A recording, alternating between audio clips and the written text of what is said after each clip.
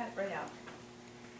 Hello, welcome to my channel, Past the Fog. My name is Jamie, and I'm going to be talking to you today about the scapegoat situation in a narcissistic family dynamic or religious setting or work situation where there are multiple narcissists and how that works in creating the scapegoat who ends up becoming suicidal and falling apart, essentially. How that happens and the dynamics within that group that is targeting one particular person. So first I want to read you a quick definition of what narcissistic abuse is. I just think this really sums it up and it's brilliant, and so I'm going to read it to you. This is off of freedomtoxic.com.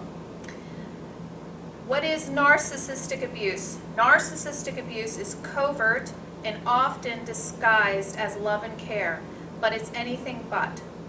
It's not a single act of cruelty like an insulting comment or verbal abuse laced with a string of profanities. It's the insidious, gradual, and intentional erosion of a person's sense of self-worth.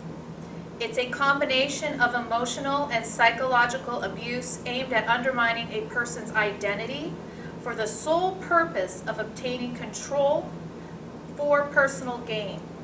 It can involve patterns of dominance, manipulation, intimidation, emotional coercion, withholding information, withholding, dishonesty, extreme selfishness, guilt mongering, rejection, stonewalling, not to be confused with no contact, which is initiated by the victim usually, gaslighting, financial abuse, and extreme jealousy and possessiveness.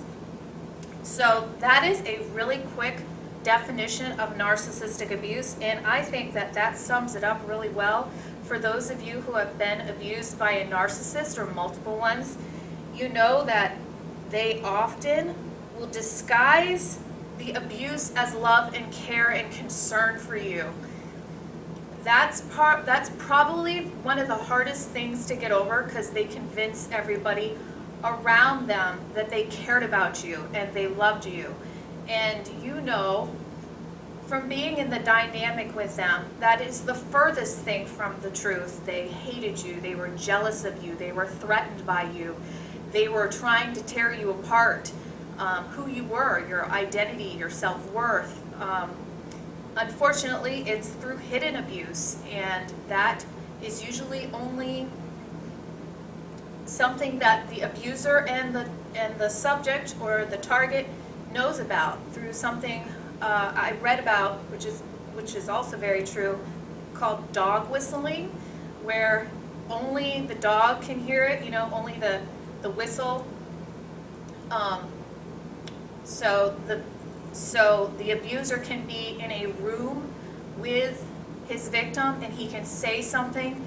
Nobody in the room is going to notice, but the victim will know that that person is, what that person is doing. And so they use that technique also to control their victim. It's the whole hidden abuse thing, and it's a very hard type of abuse. But anyway, let me move on now to explaining a little bit how it works in a dynamic in the family or in a work situation or bullying, where there's any type of bullying and somebody becomes the scapegoat and starts blaming themselves for everything. Part of that, the reason that happens to begin with, is because of something called gaslighting, which I explained in one of my videos, a couple of my videos, I've explained gaslighting. My one on narcissistic victim syndrome goes into it in great detail. I read from an article and I explain it. And then I have another one as well, just called Gaslighting, a video. And then you can just look it up online. Obviously, there's tons of information out there now on gaslighting. Gaslighting is really, really hard to describe, but it essentially redefines the target or victim's reality. The abusers are redefining that person's reality and what is going on in the situation. it ends up backfiring on the target or victim because they end up taking on the script of their abuser, and they're so beaten down by the abuse that it's in their self-worth has become so eroded and attacked that they start to feel like they're crazy, which just plays into what the narcissist is saying, probably about the person. The abuser defines the target's reality essentially through gaslighting. For instance, let me give you a quick example. Like, you might say, well, you said to me that you were going to the store. And the gaslighter will say, no, I never said that. I never said that. You know, and then maybe one of his enablers will say, he never said that. And then you're sitting there going, well, I thought he said that. And then and then after that, they might start attacking you or threatening you.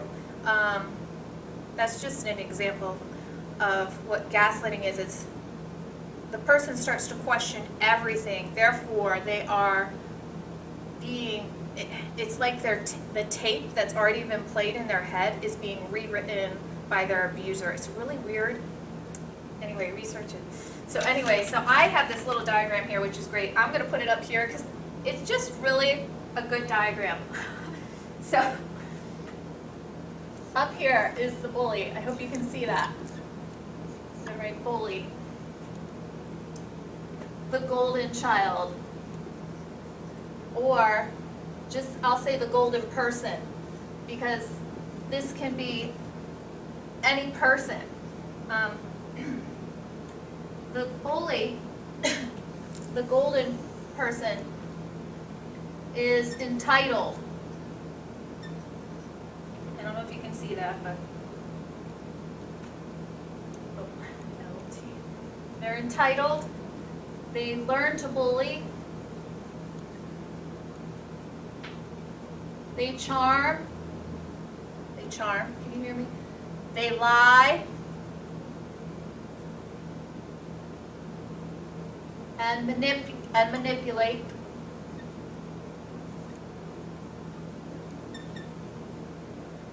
To receive special treatment. I won't write all that out, but the bully or the golden person in the situation is entitled. They learn to bully, charm, they lie and manipulate to receive special treatment. Okay, then we have the narcissist. This can be a golden child and a narcissistic parent, but for my sake, because actually this happens in more situations than just the family group, I'm just going to put the golden person and the narcissist.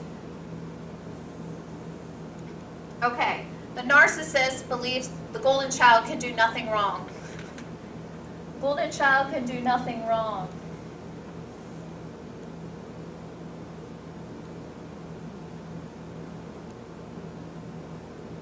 And the golden child, or the golden person, thinks they can do no wrong. Kind of makes it. The golden person or child can do no wrong, and the scapegoat can do no right.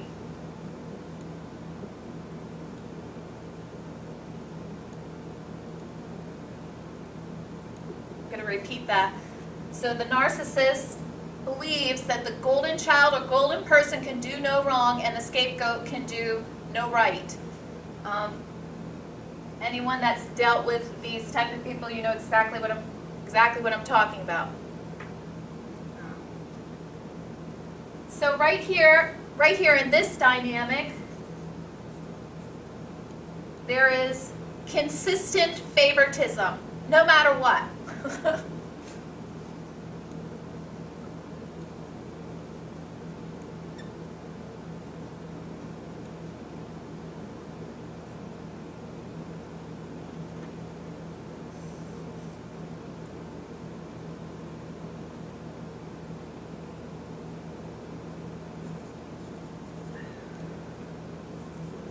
Also, there's flattering between the two of them. They're flattering each other. They're patting each other on the back all the time. There's this sort of, what a good person you are. Oh, you did the right thing. You know, you're just being by her. Or you're just, you know, it's not your fault. You know, so there's flattering, there's this kind of a sick thing going on. Okay, and then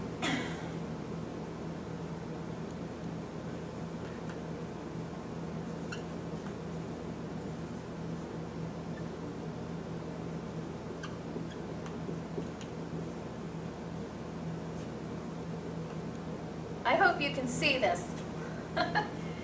The scapegoat's over here, okay? So both of these people are going to punish the scapegoat.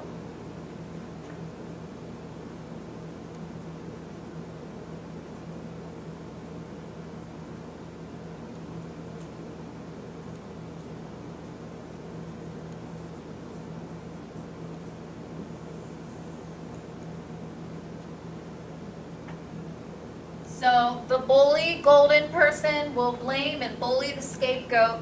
The narcissist will punish the scapegoat and blame the scapegoat. Pretty much like, if you don't do what we want, then we're gonna make you feel terrible about it. And we gave you one last try, and it's over. You know, this isn't. You're just not doing what we want. Therefore, you know. So it's a very uppity kind of.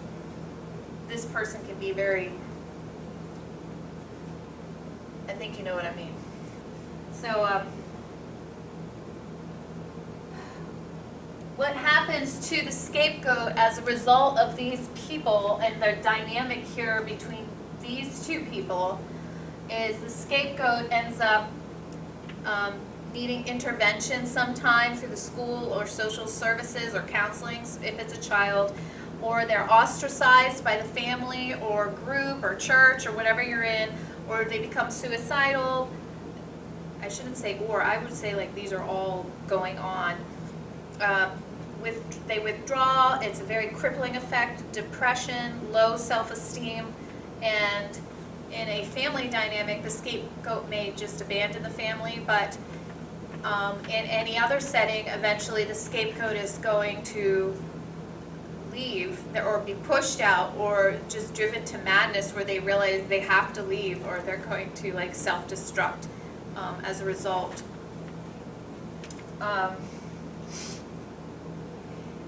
So I'll write here ostracism, suicide,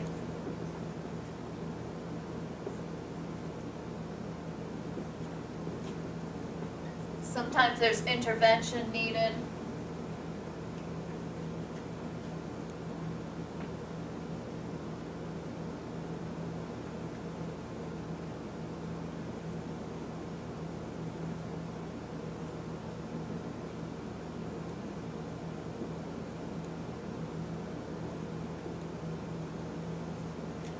So ostracism, suicide, intervention, withdrawal, crippling, depression, and sometimes they leave. So as a result of this really unhealthy kind of dynamic between these two people, this person gets blamed and punished and bullied, and nothing the scapegoat can do is right. Nothing. So even if the scapegoat, as many of you know in these dynamics, you're probably walking on eggshells around these people, and you're trying actually to do everything not to upset them. You're actually thinking, well, I'll do this so that way he doesn't get upset about this. And then the narcissist or the bully decides to kind of flip it, you know, oh no, you weren't actually caring about me, you were doing this, and they flip it into something that's not true to who you are. It's almost like they're projecting what they would do onto you. Like, I think that sometimes these people believe what they're saying because they're projecting some of their fears into, like, their fears are their reality, their feelings are their reality. There can't be another reality.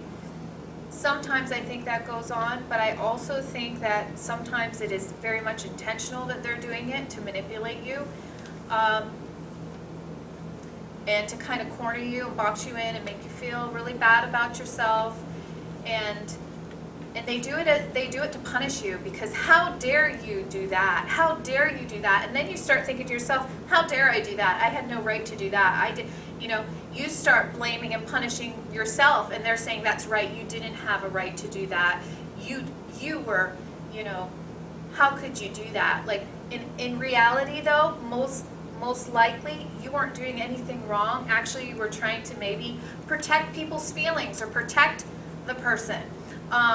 But suddenly, somehow they've shifted it into as if you were doing something sneaky or wrong like they might do. And you're not. So like, unfortunately, and I've heard this said on another YouTuber's video, to survive the viper's nest, sometimes the scapegoat becomes a viper. And if you are listening to this and you're in the middle of a situation where this is you understand this and you're like, oh, this is what's happening to me. All I can say is do not get angry. I know you're going to want to get angry. You're going to want to, eventually the scapegoat usually snaps, because eventually we're just so sick and tired of walking on eggshells and trying to please these people who are impossible to please. And not only that, they're rewriting the script. They're making you feel horrible for yourself. You're wearing it. They're telling other people that they're the victims. And narcissists cry, but when they cry, they're crying for themselves, aren't they? They're crying for themselves. And we are crying because we lost the friendship. We lost the relationship. We lost something in them that we loved. That's the difference. If you want to know what the difference is between the victim and the abuser doesn't care about the victim. He's going to say that he does, but he doesn't. He's crying for himself. He's crying because some people saw through some stuff. Or with the other person, they're crying. They're not crying because they've lost a friendship, because they don't care about you. In their minds, you're the problem. You're the troublemaker. Even if you weren't doing anything, even if you had no ill intentions. But as you know, as many of you know, you're in these dynamics and you begin to give them your power. You begin to give your power away. You begin to agree with them on certain things, and they take it and they twist it and they use it against you. They don't want to understand us, do they? They don't want to understand us. They just want to accuse us, blame us. We become the scapegoat for the situation. Everything is our fault because this person felt a certain way and this person felt a certain way. Well, guess what? That's not our responsibility, because if we weren't trying to hurt anybody, that's not our responsibility that they felt that way. Because especially with toxic people, if you keep saying sorry to them, they actually just take it and they use it against you. I had a situation where I was trying to make up with one of the toxic people in the dynamic I was in. There were actually, I was dealing with 3 people like this, and I kept leaving this person, I'd leave this person a gift or something nice. I wanted to make up with the person, and I wanted them to know that I forgive them. And unfortunately, that person then took what I did, and twisted it and made it look like, oh, she's agreeing with us. See, she needs to just forgive herself. She just needs to forgive herself, she messed, she did all this, and that's not what I meant at all. Like, I'm trying to reach out to create peace. I'm trying to reach out to be a peacemaker. We want to fix it. We're up to a point we want to fix it, and then we realize, oh my goodness, they're just using everything that I do to try to make peace with them or try to make this better against me. If you humble yourself, in most situations you would want to humble yourself in front of people, and they appreciate that. but with these type of people, they don't, you humbling yourself to them almost makes them laugh. It's like you're giving to them exactly what they want, and then they take your words, they'll write them down, they'll take notes on you, and they'll use it against you. Like, it's such a painful, it's such a life lesson. And a lot of people never have to deal with these type of people, but for those of us who have, you cannot convince people that you have been abused sometimes. You can't convince people around you about what's happened to you, because the other people are also playing the victim. And so there's all these people that don't know what to believe. And in their own minds, they've recreated a narrative. So in their own minds, it's poor us, poor us, poor us, when in reality, like, you would sit down, you would talk to them, you would say, let's talk about this. I want to understand what you're thinking and feeling. Will you understand what I'm thinking and feeling?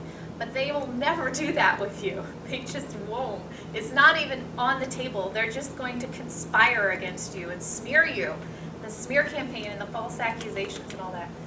I will go back to this though. So I wanted to also say there can be a third person in this, another narcissist. Sometimes people are dealing with a family group of narcissistic people, and sometimes these people don't even realize they're being used by the narcissist. I'll say narcissistic because I think sometimes these people start to learn the narcissist behaviors, but once they're away from the narcissist, maybe they could relearn how to treat people. Especially I think if you're dealing with a malignant narcissist, which is, the malignant narcissist is different than the other narcissists, because this narcissist, the malignant, wants to connect with you. They want to have a relationship with you. They actually care what you're thinking about them, like they do, and to a degree. They are trying to get in good with everybody. They create soul ties with everybody around them. So people are drawn to the malignant narcissist. The malignant narcissist makes you feel good about yourself. They flatter you. They try to build you up. They want to have a connection with you. So the people around the malignant narcissist, and another word for the malignant narcissist is the destroyer. The destroyer, somebody who destroys. And so the people around the malignant narcissist are enabling that person. Like, they cannot see what this person does, this person's pathology. And even if they see it, some of them just don't care. It doesn't matter, because you're the problem, not the malignant narcissist. The poor malignant narcissist, or the poor covert narcissist, if you're dealing with a covert narcissist too. And the covert narcissist is, sometimes they'll pretend to be a codependent, but really they play the same game as the malignant narcissist. The whole self-pity, poor me thing, but it's so much more than that. It's, while they're doing it, they are bullying the scapegoat over here. But to anybody on the outside over here, it's, oh, we've tried to help this person, and this person did this and this, and she's so awful, and blah, blah, blah, and oh, and everybody, blah, blah, blah,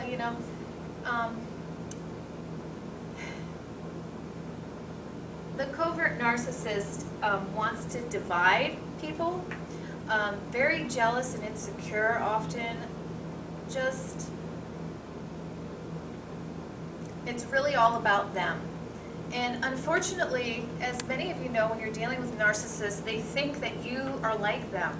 So you'll be in a conversation with them, and they'll be, it's all about you. It's always all about you. Or you only think about yourself ever, and they'll start projecting onto you all of their traits.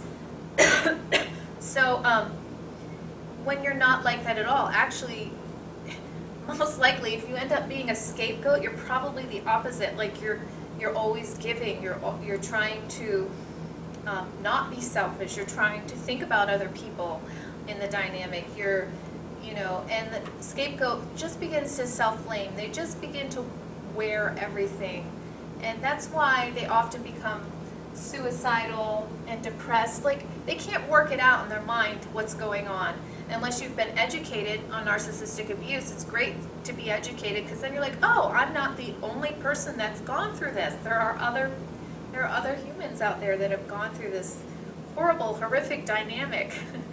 So these three people here, say if you're dealing with another narcissistic person, another enabler of the malignant narcissist, because the malignant narcissist has enablers he's created soul ties with. And these people think this guy can walk on water. He's all powerful. He can't do anything wrong. So they're enablers. And they'll minimize everything the person's problem. He's just got a little problem with pride. It's just a little one. They'll minimize everything that he's, all of his issues. When the person is destructive. He destroys other people that disagree with him. He uses mind control. He uses brainwashing techniques on other people. He uses people, period. Like, if you cover for that person, they will use it against you. They don't care. They don't have a conscience. Whatever serves to make their image look better to other people, that's what they will agree with, and that's what they will push out. And you would think that at some point they would say, oh, I've done wrong, but they won't, because once their reality becomes their reality, they just start spitting it out to whomever is around them, pushing it out. And that's where the smear campaign comes in. So after they have abused the scapegoat through gaslighting, baiting and bashing, threatening, put downs, humiliating the person. When baiting and bashing is when you kind of bait the person to get upset with you through gaslighting and stuff like that, and then the person freaks out or gets really upset, and then the narcissist uses it against you. They'll say, oh, that person abused me. They were screaming at me. But your reaction to their abuse never hurt them. It never hurt them. So really, you were the one being hurt. And they don't care, though, because after they abuse you, they'll give each other a high five, they don't care about you. So these three people then begin the smear campaign on this person. And they don't care about all the facts. They think they have all the facts. They don't care about what this person has gone through or experienced. They don't care about what this person's perspective was. And if you try to share it with them, they'll just say, oh, it's lies. It's all lies. Because in their mind, their reality has to be reality. And so then the smear campaign goes on.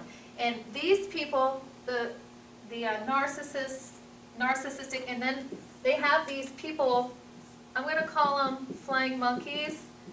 It's kind of a nasty word, flying monkeys. I don't really like it, but that's what they are. Because it's like this person down here kind of gets them all juiced up and like upset with the scapegoat by like crying and, oh, we tried to love her and we tried, oh, and look at these notes. We were trying to be compassionate and we tried, and then she kept doing this and she kept doing this. And it gets these people, the flying monkeys, all upset with the scapegoat. Because they don't know they're being manipulated. Or you could call them minions. They don't know they're being manipulated by the narcissists and the bullies. Okay, so they all gang up on the scapegoat. And often it's done online through like Facebook and so forth, but it's also just done, it could be through blogs, it can be, however. So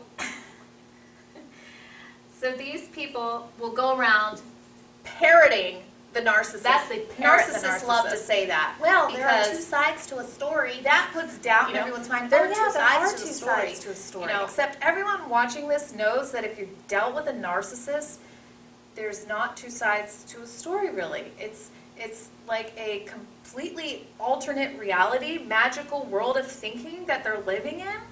In reality, they've misunderstood so many things and won't be corrected. And then there is the truth, or at least something that's resembling the truth that you have. And so it's really hard when they start doing that, because you'll hear people saying, well, there are two sides to a story, and you're like, yeah, obviously you've been talking to one of these people, because that's what they start saying, and they start saying other things. The flying monkeys begin to parrot the narcissist, who can do no wrong, The narcissist sometimes is an amazing, outstanding member of the community. They may be like helping the poor. They may be like doing other things. So any onlooker is going to be like, oh, this person's great. This person is a high quality person. They do such and such and such. Well, narcissists often do have a really good outer image, but press them and you're going to see something kind of ugly. But, they don't care about anyone but themselves and their little clique or clan or cult or whatever you're dealing with. So these people, the flying monkeys and the minions, whatever you'd like to call them, are the ones who do the smear campaign, and they also gang up on the scapegoat. They also bully the scapegoat. And unfortunately, the scapegoat over here is trying to gather supporters for herself or himself. They're trying to be like, I'm being abused. Like, these people are ganging up on me. These people, and everyone's just kind of looking at you like, what? Really? Like, it's really hard to get people to understand. It's so hard unless you've gone through it. It's so hard to even explain it. But as you can see, if you have these people going after who you are, your self-worth, who you are as a person, redefining your reality through gaslighting, causing you to blame yourself for everything so you become suicidal and depressed. These people define who you are because they've created soul ties with you, and they're using them against you. They're using that sometimes. It's not always soul ties, but if there is a soul tie involved, it's often worse for the scapegoat, because the scapegoat genuinely cares about the people that are abusing that person. So then we do the people pleasing, and we try to make it better, and we try to be more empathetic, more compassionate, thinking they'll catch on at some point, but they don't, because they're using everything against you. You're giving away your power. That's why they're always like, go no contact. Everybody that's dealt with narcissists, go no contact. You can't win here. These people are impossible. They don't want to change or understand, or they're toxic. So you can see why this going on, erosion of the person's self-worth, the gaining of the flying monkeys, the minions, the online bullying, the blogging, the people blocking you on Facebook, the people or any other social media, the people writing things up about you, talking, gossiping, and your reputation gets ruined completely. And this is why the scapegoat, people are like, well, what's going on with this person? Why is this person becoming suicidal? And why is this person acting crazy? Like, what happened to our friend? What happened to our friend? She's like lost her mind. And she's saying that these people are ganging up on her, but those people seem really nice. I can't imagine them doing that, But once again, like, the dynamic is just between the scapegoat and these people are really good at making sure their public image is awesome. For instance, if they are talking to one of your people, like somebody who has helped you, or somebody is a friend of yours, they'll be really careful what they say around that person. They're going to be really careful. They may feign confusion even, or they may just they're going to be careful not to say too much bad about you, because they're so manipulative, they're so clever. And so then your friends begin to maybe doubt you. Well, they're not talking, they're not saying anything. And you're like, no, how do you explain this? Well, no, they're not saying anything to you. Now, not all of your friends. I've had the narcissist contact some of my friends, and they don't know that the person is my close friend, has become my close friend, and they want to sit down and talk and explain everything to the person. We need to talk this out. We need to sit down and talk this out. That's what one of the people I was dealing with was saying to anyone that was, trying to support me. There are people they'll try to pull in and try to turn against you. But certain people, if they know that they're really in with you, the scapegoat, they are going to be different with that person, and they're going to be loving and kind, and they're going to be different with that person, and so that person then your friends even wonder, Now, this isn't what always happens, but this is how the dynamic with me has occurred. So it's been really hard to get the support that I have needed, because, and many of you also probably have had difficulty getting the support you've needed, partly because the narcissist wears different masks for different people, and they're smart and clever, and they know which mask to put on. They pull the whole self-pity thing, the whole crying thing, so they can gain more supporters. People fall for that whole thing. They don't think maybe there's something more to the story, maybe something more has gone on. You just can't imagine dealing with people so manipulative, so self-centered. And we all could be like that. We all have that tendency at times, but these people do it with no remorse, and they're not correctable, and they're very prideful.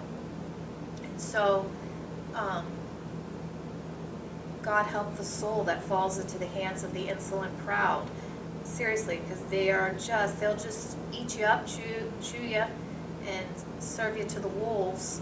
They are the wolves. They will, so, so I hope you can see this diagram. Sorry, I stood in front of it for so long, that you can see it. So the bully, the golden person, entitled, they learn to bully, they charm, they lie, and they manipulate. The narcissist thinks that this golden person could do no wrong and the scapegoat could do no right. This is just the way it is. These people constantly are favoring each other. There's all this flattery and affirming of each other. Oh, and we did this, and we did that. Oh, and you, oh, I know, and you, you didn't mean to. Oh, you were just trying to be nice, and she got upset with you. Well, she had no right to do.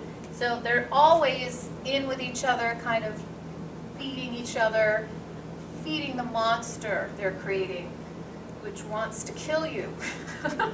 And then this person also, if you got 3 people, I'm sorry, that's hard. That's hard, because then you got all these people saying things about you. How can you even have a voice? It sounds ridiculous trying to defend yourself when all these people are saying the same thing about you.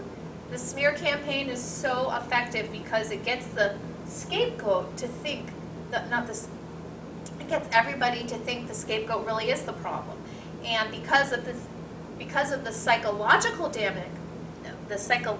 dynamics that were going on in the situation, the scapegoat begins to think the scapegoat is the problem because you're being psychologically abused. So I hope that helps you understand a little bit about the narcissistic family group. Thank you for watching Pass the Fog.